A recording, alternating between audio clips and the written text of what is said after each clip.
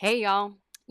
It's no secret that there is a lot of toxicity and starving artist mindset in the music industry. And I'm not just talking about the radio music industry. I'm talking about at the college level. I'm talking about even in some high school levels, the music industry in general, all music professions. There's a lot of toxicity in it. And there's a lot of mindsets that are really unhealthy that are contributing to making the idea of being a professional musician not sustainable. And today I want to talk about it. I'm feeling really spicy because I'm very passionate about our role as music educators. And I believe very firmly that as music educators, we have a responsibility to foster future musicians in a way that will help reshape the music industry because we can't continue going the way that we're going. And so if this is resonating with you, if this sounds like something that is interesting to you, I would love to know that. Because today what we're going to be doing is we are going to be examining exactly how we as music teachers can influence the way that the music industry is going through being mindful, through modeling good behavior. And, let's blow up the system, y'all, because we have such a unique responsibility and such a unique opportunity as independent music teachers. What we do, you've heard me say this before many times. If you've ever been here at Savvy, you've heard me say, you are more than just a piano teacher, right? You are more than just a ukulele teacher. You are more than just a voice teacher. You've heard me say this before. And that is what today's topic is going to surround. It's going to be looking at way beyond teaching and how we can influence and create a bigger impact with what we do, because I know that every single one of you, that is something that you want. You want to have a bigger impact as a music teacher because we know that it's more than the notes. We know that it's more than interpreting pieces. We know that it's more than helping somebody become a good performer. Because when we run our businesses, our clients are watching. Because when we value our own services and talent, our clients are watching. And when we choose how to teach, our clients are watching. Children will listen, right? Adults will listen too. And so today what I'd like to do is I would like to unpack a few things and talk, first shed some light on the issues with the toxicity and starving artist mindset inside of our community. And we're going to unpack 3 ways that independent music teachers can help foster future musicians so that we can reshape the industry. So if you're excited to join me in this, I'm excited that you're here. We're going to take 1 second to play a little intro music and make sure that we're live in all the places, and we will be right back. Maybe I have to press the right button. Here we go. Yay!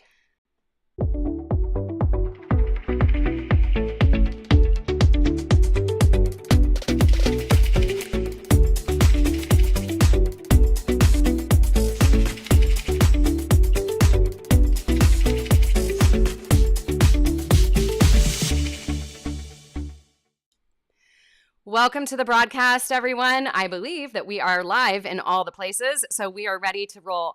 If you're new here, I just want to say hello and welcome. My name is Sara Campbell, and I am a business strategist, mindset, and marketing coach for music studio owners and online educators just like you. And we go live here on Wednesdays at 12 p.m. Eastern, where we talk about all those topics. And today we're really going to be diving in to the strategies that we use to running our business, to teaching our students. And we're going to talk about how teachers, independent music teachers, can help reshape the music industry. And I'm very passionate about this, so I'm really excited to share this topic with you. If you're joining me live, please be sure to say hello and let me know where you're tuning in from. I see Pete is tuning in from Detroit. Yay! Happy to catch me live. I'm gonna preach today. Yep, it's happening, y'all.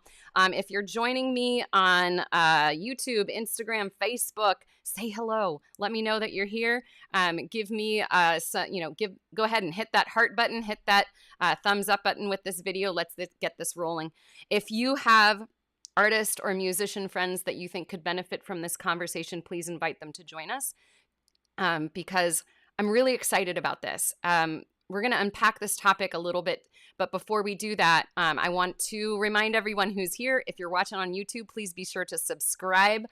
We keep growing that channel. It's really exciting. I have set up the Savvy Sara bot today, and then she is going to be ready to send out show notes. So if you drop the word change down below, if you are on Instagram or Facebook, you will get a DM from the Savvy Sara bot with the show notes today. If you are watching on YouTube, please go ahead and look in the discussion.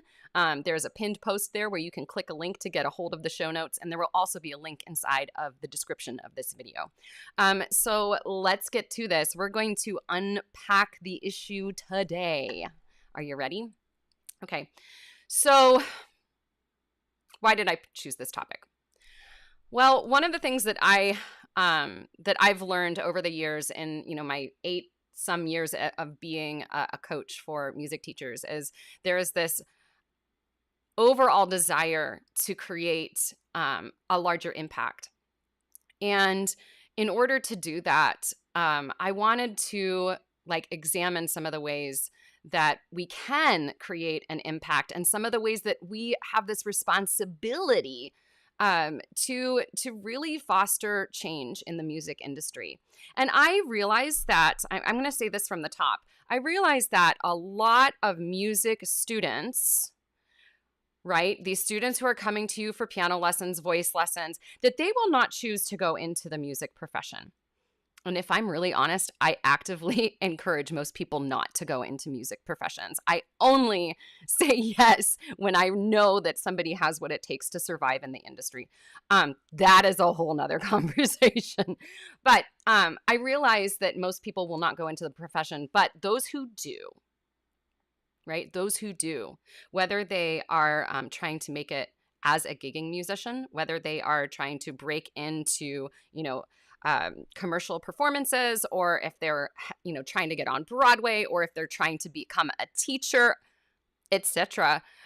We have this amazing responsibility and opportunity to help them shape the industry tomorrow. And so we're going to look at 3 different things today, and I'm really excited to share them to you. So let's do this. And I would love to know from those who are here, the big question of the day. I like to pose a question at the top of every show. The big question is, how are you fostering the future musicians so that the music industry gets better? What are you doing? There's so many things that we can do. And today I'm going to talk about 3 of them. And before we get into that, I do want to mention, if there is anyone here, right, who is looking to savvy up their business, give me a shout out. Let me know. I have some openings this summer and I would love to work with you. So let me know if you are looking to get more strategic with your business, your model, your marketing, etc. I am ready for it. And I've got some opportunities and they're starting very, very soon. We're almost completely booked for the month of June. So let me know if you are interested. Send me a DM and let's get started. All right, let's do this, y'all. So we're going to look at 3 ways I believe that we have this responsibility as independent music teachers to help our students shape tomorrow. And this is the first one, okay? Y'all have heard me say this before, but I'm going to say it again. Teaching is not your hobby, right? It's your business. And your time and your expertise, it's very, very valuable. So one of the ways that we as independent music teachers can reshape the industry is to value our own services. Don't undersell. Our rates need to reflect the value of our expertise, the time that we put into each lesson, outside of each lesson, all of the things that we bring to the table. And by valuing our own services, we are setting a precedent. We are teaching our students that their services are not free. Their talents are not free. What they have has value. So, when we think about this, I know that in many ways, when it comes to setting prices, we do it from like this kind of gut sensation, right? When we are raising our rates, that tiny 1% to 3% a year, we are doing that from the heart and the gut instead of the head. And when we are able to really look at the true value that we're bringing our clients and to reflect that in our prices, we are doing them a favor. Because for those who are going on to become aspiring professional musicians, we are setting a model for them. We are teaching them that they are valuable and that they shouldn't be, what is the phrase that we use all the time? Oh, you should do that for exposure. We all know how that goes, right? Artists die of exposure. So if you ever are feeling a lot of emotions around figuring out your price points, it is time to step back and it's time to think about, hey, what do I need to make a living? Not just making and I'm not talking about just paying the basic bills, right? I'm talking about having an actual life. And when we're able to get really clear on the numbers and understand those things, then we can make more informed decisions.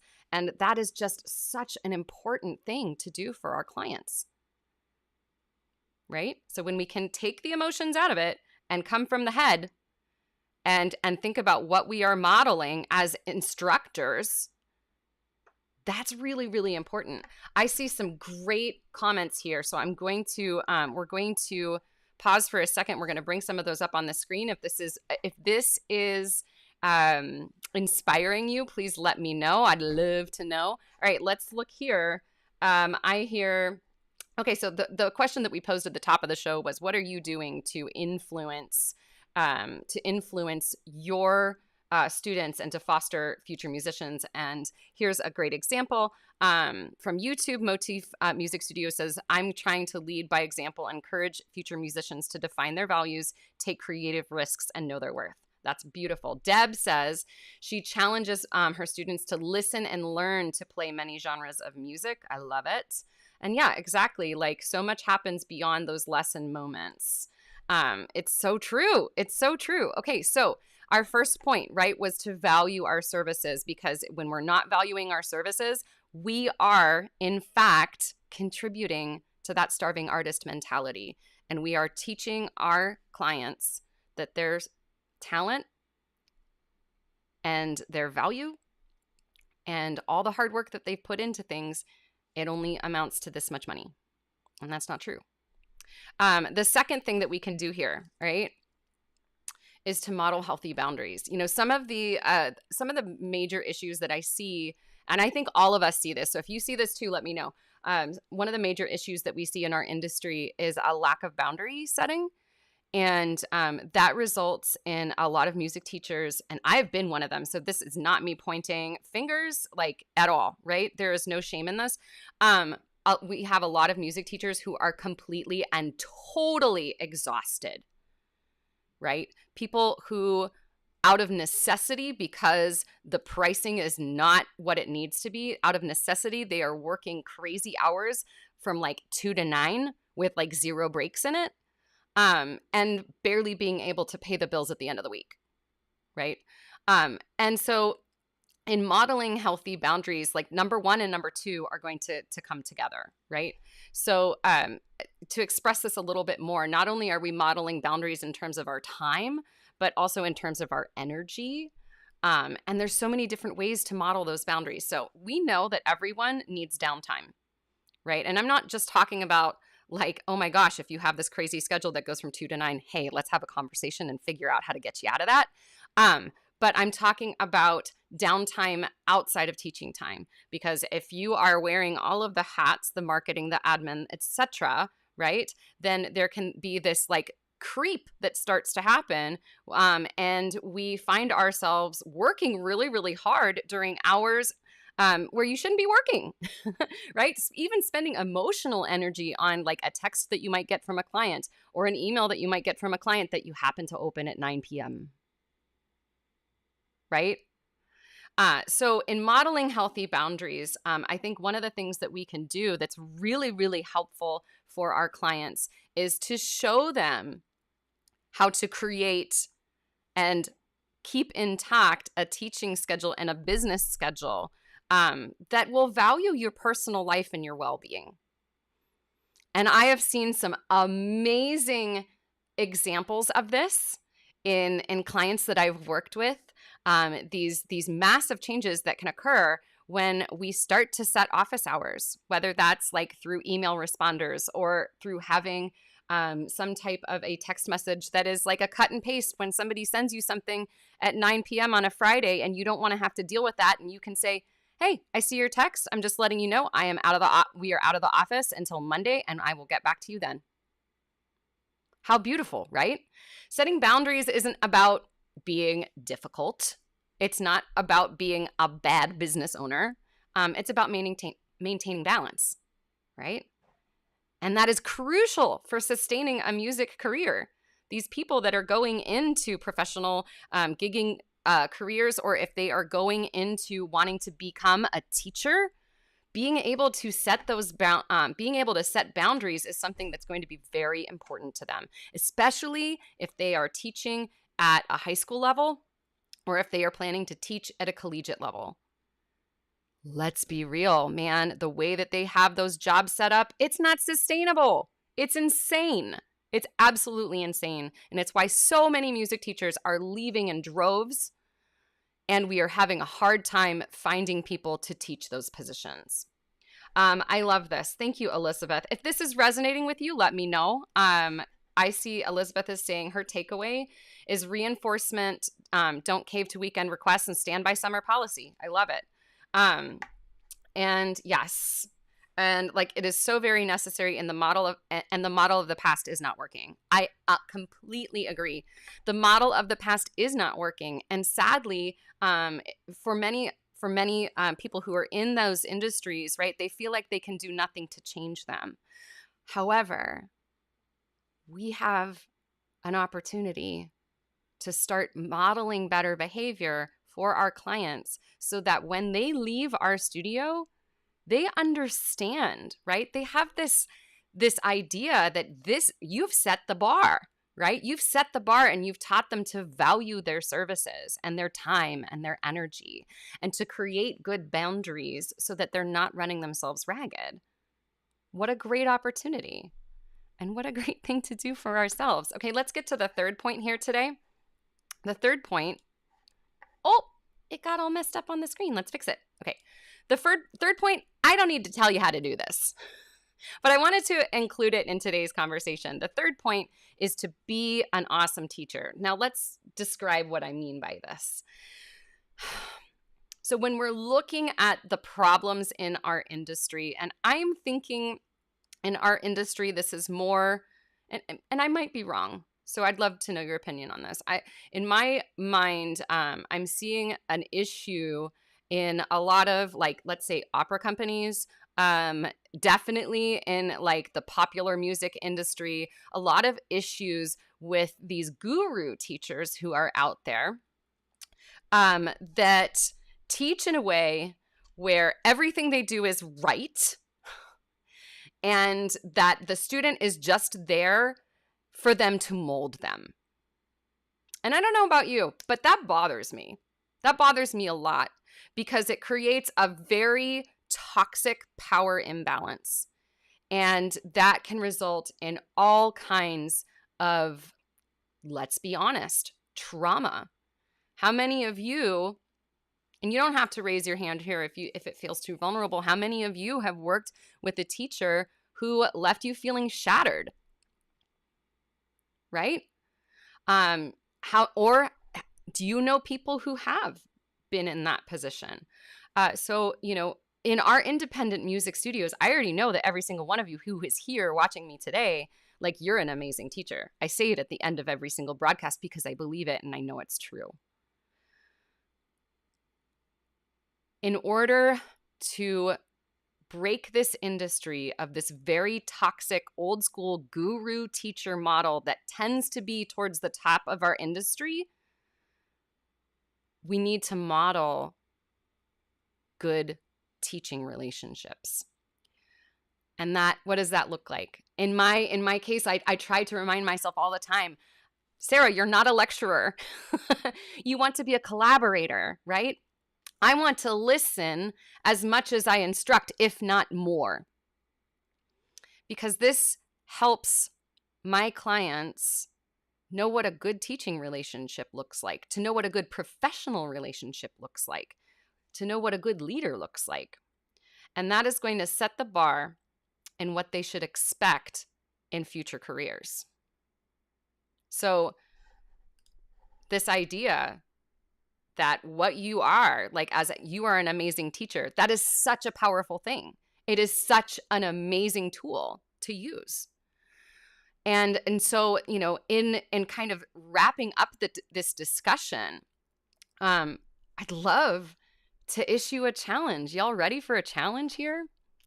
I think this is going to be important. The challenge is this. In order to change the toxicity and starving artist mentality in our industry, we have to step up. It's our job. And you know what?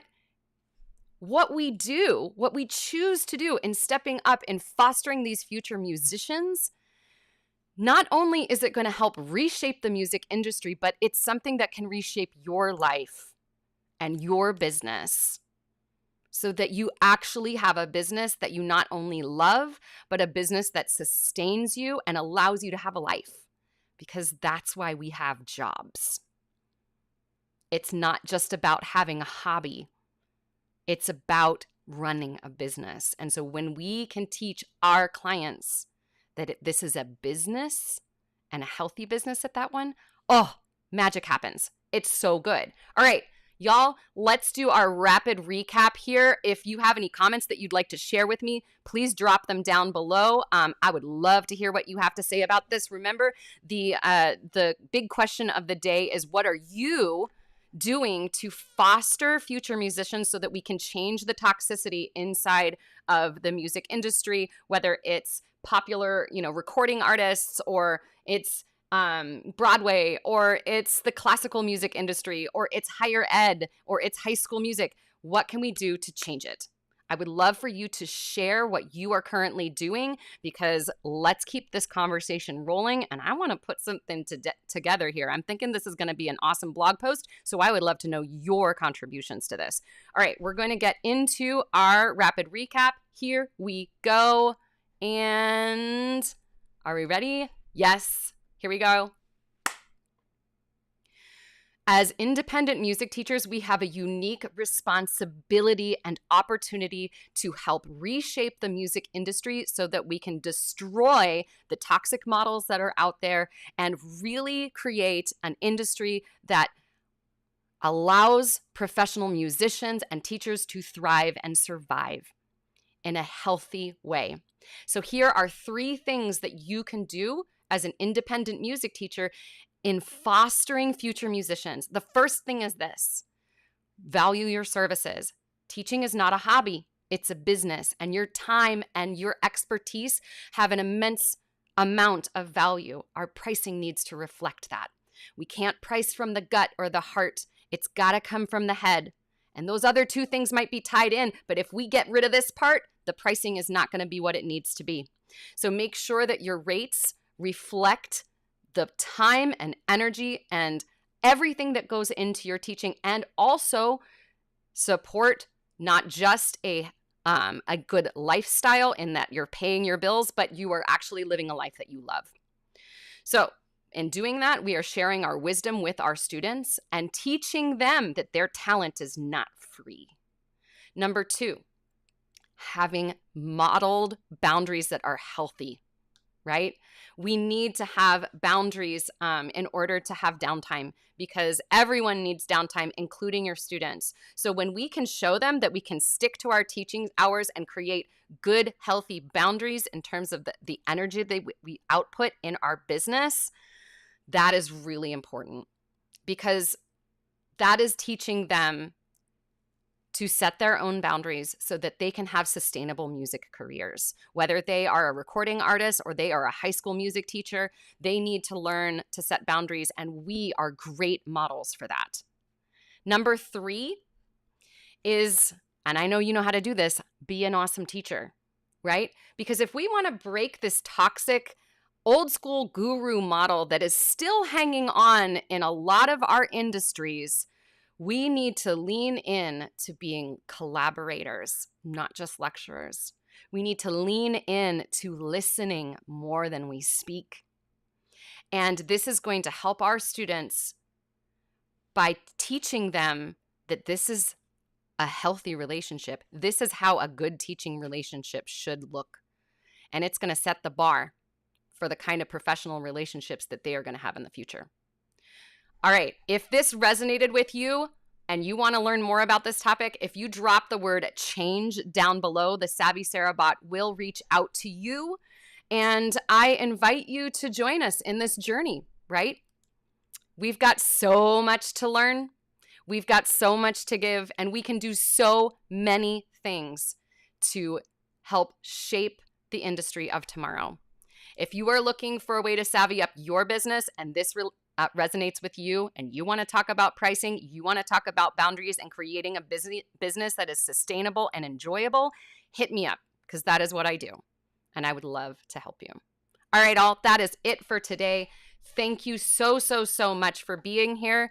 We will be back next week. And in the meantime, stay savvy and stay you because you are an amazing music teacher. And there is no one in the world quite like you. And we will see you next time. I said the outro wrong. That makes me sad. All right. I think you're pretty dang awesome. Hey, we'll see you guys next time. I hope you all have a fabulous week. If you enjoyed this video, please share. Bye.